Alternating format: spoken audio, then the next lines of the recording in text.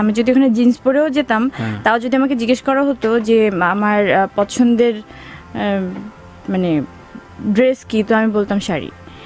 কিন্তু এতদিন পরার আসলে ওই ব্যাপারটা আসলে বুঝতেছিলাম না যে কখন থেকে কেমনে কি করবো। তো আমার মনে হচ্ছিল যে এখন থেকে মানে শাড়িটাই আরাম লাগছিল পরতে। এটার মধ্যে কোনো প্ল্যান কিছু নাই। আপনি সবাই এরকম কেন? না খোঁজাখুঁজি না, কোথাও এটা জানতে চাইতেই পারি যে কি ব্যাপার, কতগুলো শাড়ি প্রতিদিন হয়তো। আর একটা বিষয় যেটা হচ্ছে না, এটা বললাম কিন্তু আরেকটা বিষয় হচ্ছে যে আমি অন্য কোনো ড্রেসের জন্য আসলে আমি ফিট না।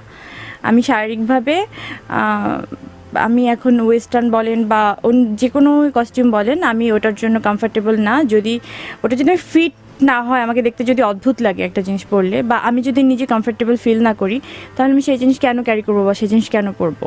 তো আমার মনে হয় যে প্রেগনেন্সির পরে যেটা হচ্ছে যে আমার ওয়েট গেইন করা, আমার সমস্ত মানে হয় না যে সব কিছু মিলিয়ে আমার মনে হচ্ছিলো যে আমার সাথে দারুণভাবে শাড়িটা যায়। সো আমি এটাই ক্যারি করছি, দ্যাটস ইট।